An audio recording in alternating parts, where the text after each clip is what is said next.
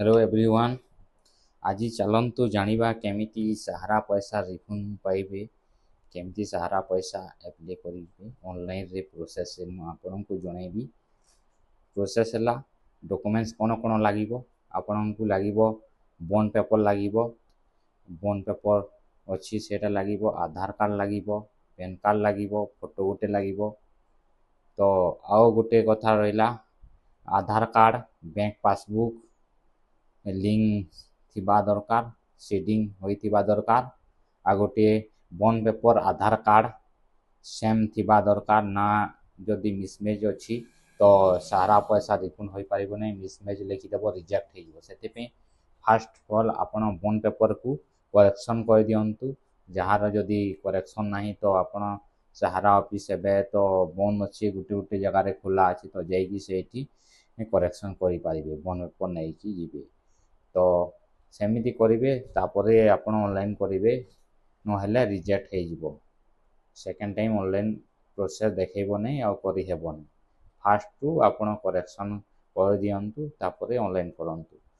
देरी न करि चलंतु वीडियो प्रोसेस आगो करिवे। तो मु करूछि डेस्कटॉप स्क्रीन रे, देखंतु केमिति मु ऑनलाइन करू। मु डेस्कटॉप स्क्रीन आसी गली देखंतु। डेस्कटॉप स्क्रीन में गला पर कौन सी ब्राउजर ओपन करिवे। ब्राउजर ओपन कला पर सहारा लिखि देबे, सहारा रिफंड कोटा। तो लिखि देला पर देखंतु गोटे फास्ट जेउटा अछि लिंक रे क्लिक करिवे। क्लिक कला पर देखंतु खुली गला वेबसाइट ता केमिति देखाइ छै। देखंतु वेबसाइट ता फास्ट डिपॉजिटर रजिस्ट्रेशन रे क्लिक करिवे। दि आगरो रजिस्ट्रेशन करिसंती तो डिपॉजिटर लॉगिन रे क्लिक करिवे। तो मु फर्स्ट टाइम करूछि, सेति पे डिपॉजिटर रजिस्ट्रेशन रे क्लिक करूछि। एठी आधार नंबर दे देबे, जेउटा लास्ट डिजिट ता 4 डिजिट आधार नंबर दे देबे। देला परे जेउ आधार रे मोबाइल नंबर लिंक अछि से मोबाइल नंबर ता एठी दे देबे। देला परे देखंतु कैप्चा फिलअप कर देबे, कैप्चा ता दे देबे। कैप्चा फिलअप कला परे सेंड ओटीपी रे क्लिक करिवे। सेंड ओटीपी रे क्लिक कला परे गोटे मोबाइल नंबर रे ओटीपी जीवो। देखंतु मु ओटीपी ता दे दउछि, वेरीफाई कर दउछि। वेरीफाई कला परे देखंतु ओके करंतु, सक्सेसफुल रजिस्ट्रेशन। तापरे चेक मार्क क्लिक करंतु, नेक्स्ट क्लिक करंतु, नेक्स्ट से क्लिक करंतु। एठी आधार नंबर दे दियंतु, जो आधार 12 डिजिट आधार नंबर ता दे दियंतु। आधार नंबर देला परे सेंड ओटीपी रे क्लिक करंतु।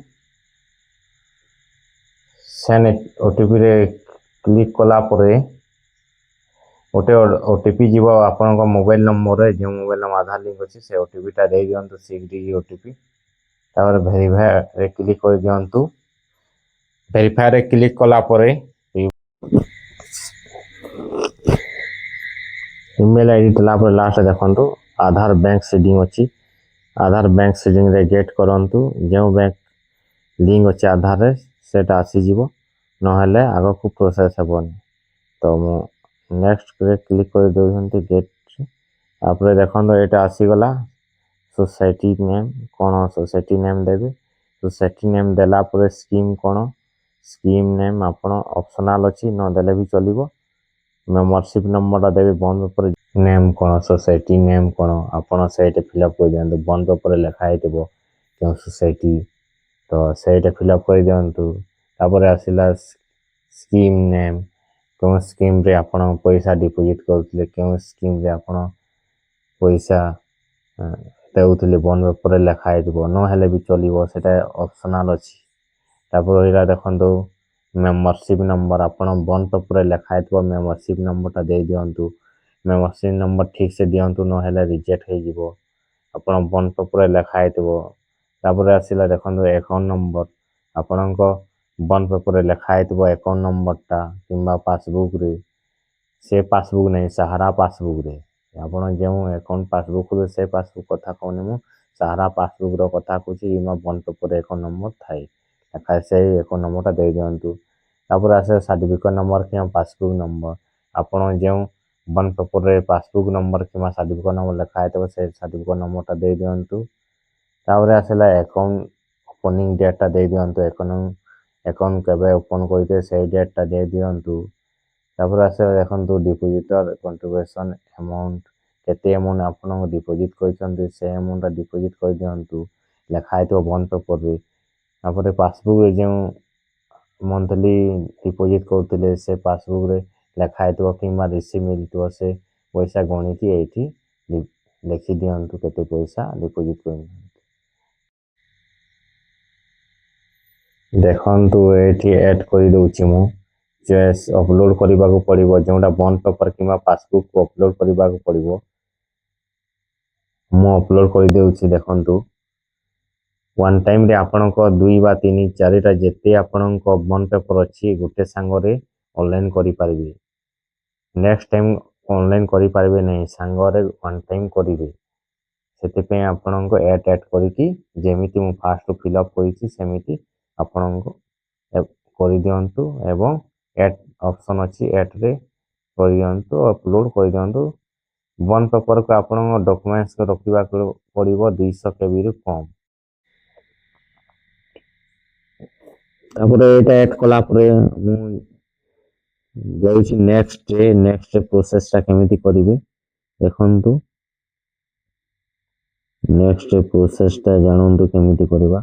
ଗୋଟେ ଫର୍ମ ଲାଗିବ ଏଇଠି ଡାଉନଲୋଡ଼ କରିବେ, ଯେଉଁଟା ମୁଁ ଡାଉନଲୋଡ଼ କରି ନେଉଛି। ଦେଖନ୍ତୁ ଡାଉନଲୋଡ଼ ଫର୍ମ, କ୍ଲେମ୍ ଆପ୍ଲିକେସନ୍ ଫର୍ମଟା ଡାଉନଲୋଡ଼ କରିନେବେ। ଯେଉଁଟା ଫଟୋ ଲାଗିବ, ଫଟୋ ଗୋଟେ ଲାଗିବ, ସେ ଫଟୋରେ ଆପଣଙ୍କ କ୍ରସ୍ ସାଇନ୍ କରିବାକୁ ପଡ଼ିବ। ତ ଚଏସ୍ ଫାଇଲ୍, ତ ଆପ୍ଲିକେସନ୍ ଫର୍ମଟା ଫିଲ୍ଅପ୍ କରିଲା ପରେ ଆପଣଙ୍କୁ ସ୍କାନ୍ କରିବେ ଏବଂ PDF ଫର୍ମାଟ୍ରେ ଗୋଟେ ଡକୁମେଣ୍ଟସ୍ କରିକି ଏଇଟାକୁ ଅପଲୋଡ଼ କରିବାକୁ ପଡ଼ିବ।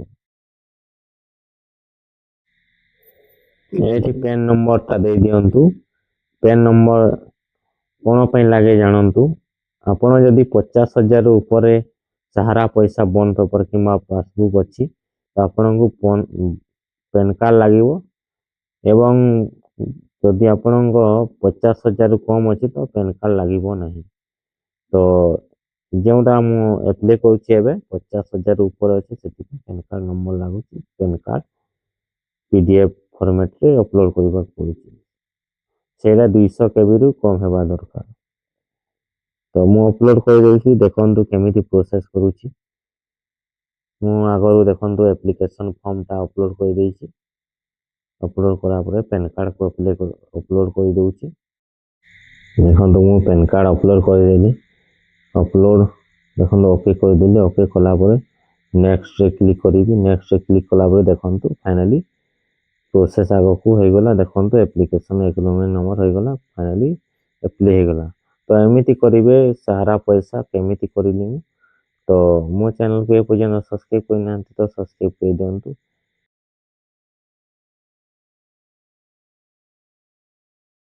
ଆଜି ତ ଜାଣିଗଲେ କେମିତି ସାହାରା ପଇସା ଅନଲାଇନ୍ କରିଲେ ରିଫଣ୍ଡ କେମିତି ଆସିବ। ଟୋଟାଲ୍ 45 ଡେ ଲାଗିବ, ମେସେଜ୍ ଦେଇଦେଇଛି। ଟୋଟାଲ୍ 45 ଡେ ଲାଗିବ। ଏକୋନୋମିକ୍ ନମ୍ବରଟା ରଖିଦିଅନ୍ତୁ, ସେଇଟା ଆପଣ ଚେକ୍ କରିବେ ଷ୍ଟାଟସ୍, ତ ସେଇଟା ହଜେଇବେ ନାହିଁ। ତ କେମିତି ଆଜି ପ୍ରୋସେସ୍ କଲି, ମୋ ଚ୍ୟାନେଲ୍କୁ ଏ ପର୍ଯ୍ୟନ୍ତ ସବସ୍କ୍ରାଇବ୍ କରିନାହାନ୍ତି ତ ସବସ୍କ୍ରାଇବ୍ କରିଦିଅନ୍ତୁ। ଫେସବୁକ୍ରେ ଦେଖୁଛନ୍ତି ତ ଫଲୋ କରନ୍ତୁ, ଲାଇକ୍ କରନ୍ତୁ, ସେୟାର କରନ୍ତୁ। ଏତିକି ମୁଁ ଏ ଭିଡ଼ିଓ ସ୍କିପ୍ କରୁଛି। ଜୟ ହିନ୍ଦ, ଜୟ ଭାରତ।